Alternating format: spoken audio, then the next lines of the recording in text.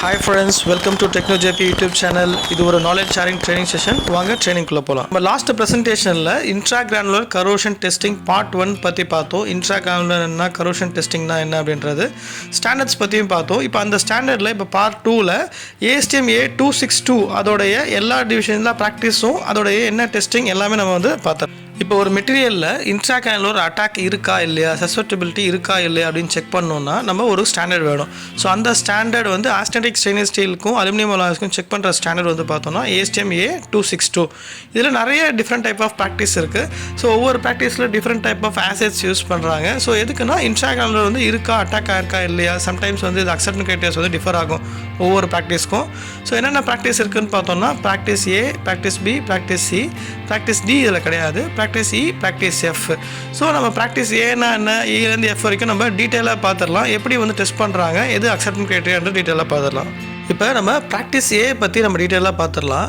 So இப்போ practice A பண்ணுமா, practice C பண்ணுமா, ப்ராக்டிஸ் C பண்ணுமான்றது கஸ்டமர் ரெக்குவயர்மெண்ட்டு ஸ்பெசிஃபிகேஷனில் கொடுத்துருப்பாங்க. இல்லை மேனுஃபேக்சர்ஸ் டிசைட் பண்ணி நம்ம பண்ணுறது தான் இந்த ப்ராக்டிஸ் ஏவா ப்ராக்டிஸ் பியான்னு. இப்போ ப்ராக்டிஸ் ஏன்றது ரேப்பிடாக வந்து ஸ்க்ரீன் டெஸ்ட் பண்ணி செக் பண்ணுறது, இருக்கா இல்லையா, இன்ட்ராகிரானுலர் அட்டாக் இருக்கா இல்லையான்னு செக் பண்ணுறது.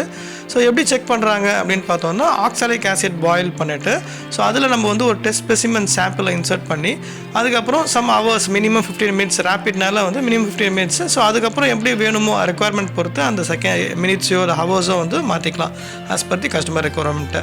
இப்போ டெஸ்ட் ஸ்பெசிமெனை நம்ம வந்து என்ன பண்ண போகிறோம், சோக் பண்ணிவிட்டு தென் வெளியே எடுத்துகிட்டு அதை பாலிஷ் பண்ணி மெட்டலோகிராஃபி, அதாவது அதை மைக்ரோஸ்கோப்பில் வந்து ஜூம் பண்ணி பார்க்கணும். ஜூம் பண்ணோன்னா என்ன எக்ஸில் பார்க்கணும், 250xலேருந்து 250xல வரைக்கும் பார்த்தோம் அப்படின்னா அதில் கிரெயின் பவுண்ட்ரிஸில் அட்டாக் இருக்கா இல்லையா அப்படின்றத செக் பண்ணுவோம். இது எப்படி செக் பண்ணுறது அப்படின்னா இதோடைய ஃபோட்டோஸ் ஜூம் பண்ணால் எப்படி அந்த மைக்ரோ ஸ்ட்ரக்சரு, அந்த கிரெயின் பவுண்ட்ரிஸ் எப்படி இருக்கும், அந்த இன்ட்ராகிரானுலர் அட்டாக் எப்படி இருக்குது அப்படின்னு செக் பண்ணுறதுக்கு ஸ்டாண்டர்ட்லேயே வந்து ஃபோட்டோஸ் கொடுத்துருப்பாங்க. அந்த ஃபோட்டோஸும் பார்த்திங்கன்னா நம்ம வந்து செகண்ட் ஸ்லைடில் கொடுத்துருக்கேன். இப்போ ஆஸ்டெனிக் ஸ்டெயின்லெஸ் ஸ்டீலில் இந்த டெஸ்ட் பண்ணுவாங்க, ரேபிட் ஸ்க்ரீன் டெஸ்ட்டு. ஸோ அக்செப்டபுளாக இல்லை அன்அக்செப்டபுளான்றதை நம்ம பார்க்குறது தான் வந்து ப்ராக்டிஸ் ஏயோடைய ரெக்குவயர்மெண்ட்டு. இப்போ இந்த ஸ்லைடில் ப்ராக்டிஸ் ஏல அக்செப்டபுளாக இல்லை நான் அக்செப்டபுளான்றதை நம்ம பார்க்குறோம் இல்லைங்களா. பிக்சர்ஸ் வந்து ASTM A262 ஸ்டாண்டர்ட்லேருந்து கொடுத்துருக்கு. இப்போ இந்த பிக்சர் பார்த்தோன்னா அக்செப்டபிள் நான் அக்செப்டபிள் ஸ்டெப் ஸ்ட்ரக்சர் இருக்குது, அதேமாதிரி டிச் ஸ்ட்ரக்சர் இருக்குது, டியூவல் ஸ்ட்ரக்சர்ஸ் இருக்குது, இன்டர்மீடியட் ஸ்ட்ரக்சர்ஸ் இருக்குது. அதேமாதிரி ரைட் சைடில் வந்து லாஸ்ட்டாக ரெண்டு கொடுத்துருக்க மாதிரி பிட்டிங் 1, பிட்டிங் 2, அதுதான் வந்து இப்போ கிரெயின் பவுண்டரிஸில் பிட்டிங் இருக்கிறத பற்றி காமிக்கிறாங்க.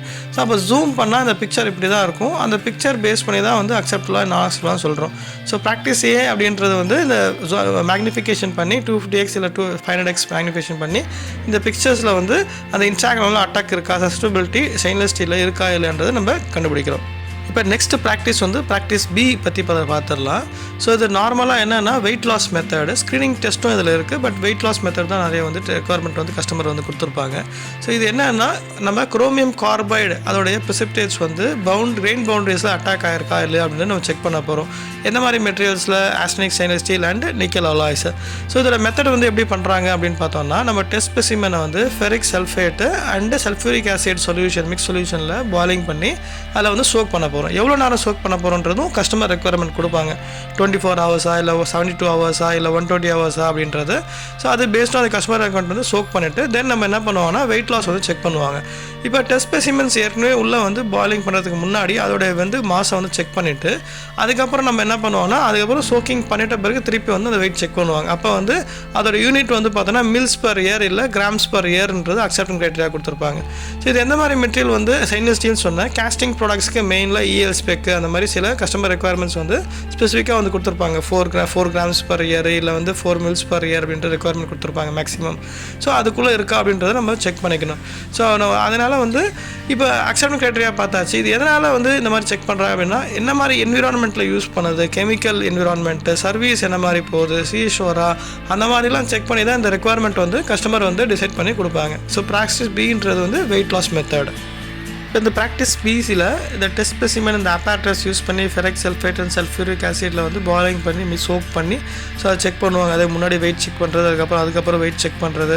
ஸோ வெயிட் லாஸ் அப்படின்றது அரிமானம், கரோஷன் அப்படின்னா அரிமானம். எப்படி அரிமானம் ஏற்படுதுன்னா என்விரான்மெண்ட்னாலையும் இப்போ கரோஷன் என்விரான்மெண்ட்டு, குளோரைட் கண்டென்ட் உள்ள கரோஷன்ஸ் என்விரான்மெண்ட்டு, அதே மாதிரி seashore environment, salty environment, so nitric acids இருக்கிற என்விரான்மெண்ட்டு, அதே மாதிரி டிஃப்ரெண்ட் டைப் ஆஃப் என்விரான்மெண்ட். அதே மாதிரி சர்வீஸ், ஒரு பைப் லைன்லேயோ வால்வ்லையோ பம்ப்லேயோ போகிற சர்வீஸ் கரோஷன்னாலேயும் வந்து கரோட் ஆகும்.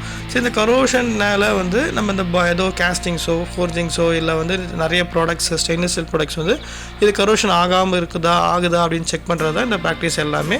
ஸோ இது ஒவ்வொரு அப்பாரட்டஸ் ஒவ்வொரு மெத்தட்ஸ் இருக்குது. ஸோ அடுத்து வந்து practice C, practice E, practice F பற்றி நம்ம டீட்டெயிலாக பார்த்துடலாம். ப்ராக்டிஸ் சி அப்படின்றது ஒரு மெத்தடு. ஏற்கனவே சொன்ன மாதிரி கஸ்டமர் ரெக்குவயர்மெண்ட்டு என்ன ப்ராக்டிஸ் செக் பண்ண சொல்கிறாங்களோ அந்த ப்ராக்டிஸ் வந்து நம்ம செக் பண்ணி அக்செப்ட் கிட்ட வந்து நம்ம கொடுத்துடணும் டெஸ்ட் சர்டிஃபிகேட்ஸில்.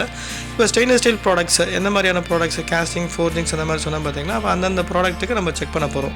இப்போ இந்த ப்ராக்டிஸ் சி வந்து ஏன் செக் பண்ணுறாங்க அப்படின்னா சில ப்ராடக்ட்ஸ் வந்து நைட்ரிக் ஆசிட் என்விரான்மெண்ட்டு இல்லை நைட்ரிக் ஆசிட் சர்வீஸ் போகிறதுல ப்ராடக்ட்டில் வந்து இருக்குது அப்படின்னா இதை வந்து ப்ராக்டிஸ் சி வந்து செக் பண்ணி பார்ப்பாங்க. ஸோ கிரெயின் பவுண்டரிஸில் இன்ஸ்டாகிராம் அட்டாக் இருக்கா இல்லையா அப்படின்றது. அதே மாதிரி வெயிட் லாஸ் மெத்தட், ப்ராக்டிஸ் சின்றது வெயிட் லாஸ் மெத்தடு. ஸோ இது வந்து நைட்ரிக் ஆசிட் சொல்யூஷனில் வந்து நம்ம டெஸ்ட் ஸ்பெசிமென்னை சோக் பண்ணி எவ்வளோ ஹவர்ஸ் சோக் பண்ணுறாங்கன்னா 548 ஹவர்ஸ் சோக் பண்ணி ஸோ எவ்ரி பீரியட் அதை ஃப்ரீக்வெண்ட் பீரியடில் வந்து இதை வந்து செக் பண்ணுவாங்க. மாஸ் வெயிட்டை முன்னாடியே செக் பண்ணிவிட்டு அதுக்கப்புறம் சோக்கிங் பண்ண பிறகு ஒவ்வொரு பீரியடும் செக் பண்ணுவாங்க. இதோட அக்செப்ட் கிரைட்டீரியா பார்த்தோம்னா மில்ஸ் பர் இயர், அதே மாதிரி per year எவ்வளோ வந்து கரோஷன் ஆகுது அப்படின்றது தான் இதை சொல்லுவாங்க. இந்த ப்ராக்டிஸ் சியில் வந்து இந்த மாதிரி தான் அப்பாரட்டஸ் இருக்கும் நைட்ரிக் ஆசிட்டில் அந்த டெஸ்ட் ஸ்பெசிமென் சொல்யூஷன் வந்து டிப் பண்ணுறது, சோக் பண்ணுறது, அதே மாதிரி அந்த டெஸ்ட் ஸ்பெசிமெனை வெயிட் செக் பண்ணுறது. இப்போ ப்ராக்டிஸ் இ பற்றி நம்ம டீட்டெயிலாக பார்த்துடலாம். இப்போ ப்ராக்டிஸ் சி வந்து நார்மலாக ராட் ப்ராடக்ட்ஸ்க்கு வந்து செக் பண்ணுவாங்க, ஃபோர்ஜிங்ஸு, பாரு அந்த மாதிரி.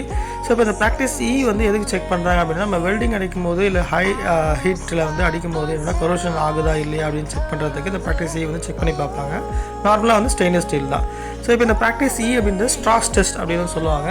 ஸோ இதில் வந்து என்ன மாதிரி சொல்யூஷன்ஸ் வந்து யூஸ் பண்ணுறாங்க அப்படின்னா copper sulphate plus copper shoot plus sulphuric acid வந்து என்ன பண்ணுவாங்கன்னா பாயில் பண்ணி அதில் வந்து நம்ம டெஸ்ட் ஸ்பெசிமெனை வந்து உள்ளே டிப் பண்ணிவிட்டு ஸோ அந்த டெஸ்ட் ஸ்பெசிமெனை வந்து 15 ஹவர்ஸ் வந்து சோக் பண்ணுவாங்க. இப்போ அந்த 15 ஹவர்ஸ் முடிஞ்சவங்க நம்ம என்ன பண்ணுவாங்கன்னா அந்த ஹவர்ஸ் வந்து கொடுத்துருப்பாங்க, ரெக்குவயர்மெண்ட்டை கொடுத்துருப்பாங்க, ஸ்டாண்டர்ட்ஸில் இருக்குது. அதேமாதிரி இந்த டெஸ்ட் ஸ்பெசிமெனில் எடுத்து நம்ம என்ன பண்ணுவோம்னா ஒரு மேண்டில் அந்த சைஸுக்கு என்ன டெஸ்ட் ஸ்பெசிமென் இருக்கோ அந்த சைஸுக்கு ஒரு மேண்டில் எடுத்து அந்த டெஸ்ட் ஸ்பெசிமெனில் வந்து கிரைண்ட் பண்ணிவிட்டு மேலே அதை வந்து பெண்ட் பண்ணுவாங்க. ஸோ பெண்ட் பண்ணும் போது என்னென்னா அங்கே வந்து கிராக் இருக்கா, ஃபிஷஸ் இருக்கா, ஃபெயிலியர்ஸ் இருக்கான்றது நம்ம செக் பண்ணணும். ஸோ அது எப்படி மேக்னிஃபை பண்ணி பார்க்குறது மெட்லோகிராஃபியில். ஸோ மைக்ரோஸ்கோப் வச்சு அது வந்து மினிமம் மேக்னிஃபிகேஷன் அப்படின்னு பார்த்தோம்னா 5x-லேருந்து 20x வந்து மேக்னிஃபிகேஷன் பண்ணி பார்ப்பாங்க இனிஷியலாக. அதுக்கப்புறம் வந்து சில ரெக்குவயர்மெண்ட்டு இப்போ இஎல், அரம்கோ அந்த மாதிரி சில பேர் ரெக்குவயர்மெண்ட்ஸ் கொடுத்துருப்பாங்க. அது என்ன ரெக்குவயர்மெண்ட்னா 100x to 500x வந்து நம்ம மேக்னிஃபிகேஷன் பண்ணி பார்த்தா அந்த அப்பயும் வந்து அந்த கிராக் தெரியாமல் இருக்கா இல்லை தெரியுதா இல்லை எவ்வளோ மைன்யூட்டாக தெரியுது அப்படின்னு சொல்லிட்டு பிக்சரில் வந்து ஜூம் பண்ணி பிக்சர் கேட்பாங்க. சில பேர் டெஸ்ட் சர்டிஃபிகேட்ஸில் வந்து பிக்சரும் கேட்பாங்க. அந்த ஜூம் பண்ணி நம்ம எடுக்கிறோம் பார்த்தீங்களா மைக்ரோஸ்ட்ரக்சர் பிக்சரு, அந்த பிக்சரை வந்து கேட்பாங்க அந்த பெண்ட் பண்ணி அந்த டெஸ்ட் ஸ்பெசிமெனில் பார்க்குறது. ஸோ இதுதான் வந்து ப்ராக்டிஸ் இயோடைய ரெக்குவயர்மெண்ட்டு. இப்போ இந்த ப்ராக்டிஸ் இயில் டெஸ்ட் ஸ்பெசிமென் வந்து எப்படி பெண்ட் பண்ணால் அதை பெண்ட் பண்ண உடனே அதை ஜூம் பண்ணி பார்க்கும்போது எப்படி வந்து அந்த கிராக் தெரியுது, இப்போ அந்த பிக்சர்லையும் எப்படி தெரியுது அப்படின்றது தான் நம்ம கொடுத்துருக்கோம் பாருங்கள் டீட்டெயிலாக.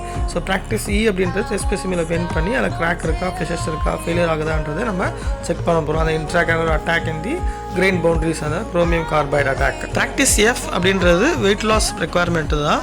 ஸ்டெயின்லெஸ் ஸ்டீலில் மாலிபெட்னம் இருக்கும் பார்த்தீங்களா 2 to 3%. ஸோ அந்த மாதிரி மெட்டீரியல்ஸ்க்கு வந்து இந்த ப்ராக்டிஸ் எஃப் அப்படின்னு செக் பண்ணுவாங்க. ஸோ நார்மலாக வந்து கஸ்டமர் வந்து ரெக்குவயர்மெண்ட்ஸ் வந்து கொடுத்துருப்பாங்க, எந்த மாதிரி வந்து செக் பண்ணணும், என்ன ப்ராக்டிஸில் வந்து செக் பண்ணணும், என்ன அக்செப்டிங் க்ரைட்டீரியா அப்படின்றது. இதில் வந்து மெத்தட் பார்த்தோம்னா காப்பர் சல்ஃபேட் ப்ளஸ் சல்ஃபூரிக் ஆசிடில் வந்து சோக் பண்ணிவிட்டு எவ்வளோ ஹவர்ஸ் சோக் பண்ணுறோம்னா 120 ஹவர்ஸ். ஸோ இதோட அக்செப்டிங் க்ரைட்டீரியா அப்படின்னு பார்த்தோம்னா இதில் வந்து மில்லிகிராம் பர் சென்டிமீட்டர் ஸ்கொயர். இப்போ சில ஸ்டாண்டர்ட்ஸில் இல்லை சில கஸ்டமர் வந்து என்ன கொடுத்துருந்தாங்க அப்படின்னு பார்த்தோம்னா இது ஜஸ்ட் ஃபார் அன் சாம்பிள் தான். இது அக்செப்டிங் க்ரைட்டீரியா வந்து நாட் மேக்ஸிமம் வந்து 0.15 மில்லிகிராம் பர் சென்டிமீட்டர் ஸ்கொயர். இப்போ என்னென்னா மேக்ஸிமம் அது கொடுத்துட்டாங்கன்னா அதுக்குள்ளே தான் இருக்கணும். இப்போ அதுக்கு மேலே போச்சு greater than 0.15 milligram per centimetre square போச்சுன்னா that is a fail. So இதுதான் வந்து ப்ராக்டிஸ் எஃப் உடைய requirement. We are at the end of the presentation. நம்ம ASTM A262 integral corrosion testing பற்றி பார்த்துட்டோம். Practice A, practice B, practice C, practice E, practice F அப்படின்றது weight லாஸும் இருக்குது, அதே மாதிரி ஸ்க்ரீனிங் டெஸ்ட்டும் இருக்குது.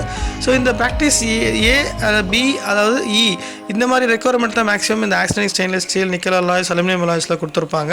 ஸோ இந்த ப்ரெசன்டேஷன் வந்து உங்களுக்கு பிடிச்சிருந்தா லைக் பண்ணுங்கள், ஷேர் பண்ணுங்கள், மோட்டிவேட் பண்ணணும்னு நினச்சிங்கன்னா சப்ஸ்கிரைப் பண்ணுங்கள். இதில் எதனா கொஸ்டின்ஸ் இருந்தது, குவரிஸ் இருந்ததுன்னா கமெண்ட் செக்ஷனில் கொடுங்க, நான் அட்டன் பண்ணுறேன். இதே மாதிரி ப்ரெசன்டேஷன் வேறு எதனா உங்களுக்கு ப்ரிப்பேர் பண்ணி உங்களுக்கு கொடுக்கணும் அப்படி நாலேஜ் ஷேர் பண்ணணும்னா நீங்கள் வந்து கொடுக்கலாம் கமெண்ட் செக்ஷனில். ஸோ தட் ப்ரிப்பேர் பண்ணி உங்களுக்கு ப்ரெசன்டேஷன் வந்து உங்களுக்கு ஷேர் பண்ணுறோம். Thanks to every one, thanks to my teammate. நம்ம நெக்ஸ்ட் ப்ரெசன்டேஷனில் மீட் பண்ணலாம். Until then by from technology.